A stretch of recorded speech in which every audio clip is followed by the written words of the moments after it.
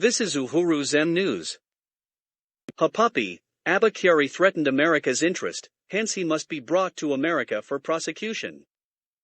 FBI will not take no from federal government, how Abba Kyari offended America's interest.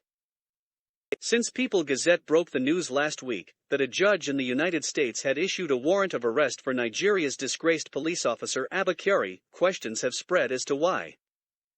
You see, the U.S. accused the Nigerian Deputy Police Commissioner of conniving with Ramon Hushpuppi Abbas, a notorious Nigerian fraudster based in Dubai, to defraud a Qatari businessperson of $1.1 million.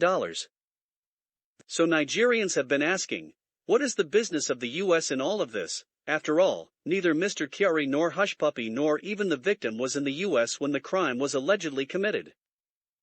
Unlike in previous cases, say Abanwan Okeke, Bidemi Rufai or Alan Onyema, who committed their alleged fraud in the U.S., America's interest in Mr. Kyari's case was not immediately apparent in court filings.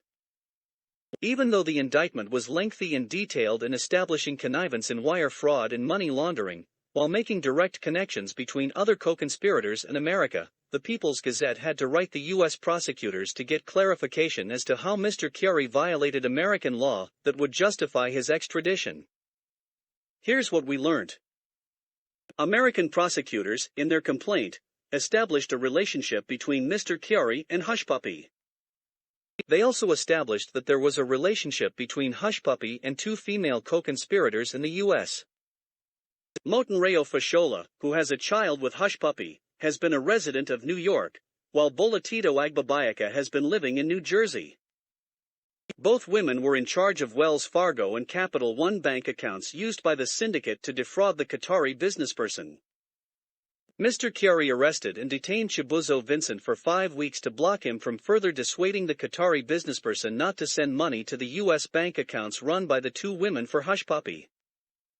Since it was clear in the indictment that Mr. Kyari knew that holding Chibuzo was only to allow Hushpuppi to defraud the Qatari businessperson of an additional $575,000 as Hushpuppi specifically mentioned to Mr. Kyari, this made Mr. Kyari an accomplice in the fraud that passed through American banks.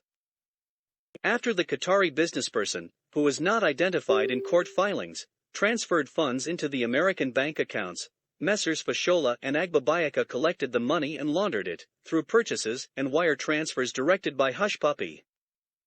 In the document, prosecutors said Mr. Kyari received his share through proxies from Hushpuppi after the Qatari businessperson transferred the money to American banks for Hushpuppi's female co-conspirators. This made American banks victim of a scheme in which Mr. Kyari was a key player, thus the country's interest. Both Count 1, wire fraud, and Count 2, money laundering, had ties to the United States, through both bank accounts in the U.S. and defendants located in the U.S., Tom Morozek, spokesman for the United States Attorney's Office in Los Angeles, told the Gazette in an emailed statement. Following Mr. Kyari's suspension from the Nigeria police force, American prosecutors are expected to expedite their request for the disgraced officer's extradition from Nigeria to face charges for taking part in a scheme, proceeds of which were transferred to and laundered through banks in America where at least two co-conspirators are based. With the involvement of America's bank, America's interest is already threatened, hence Abba Kyari must be brought to America for prosecution. From Uhuru Zem News. Website, www.uhuruzemnews. Thanks for watching. Bye.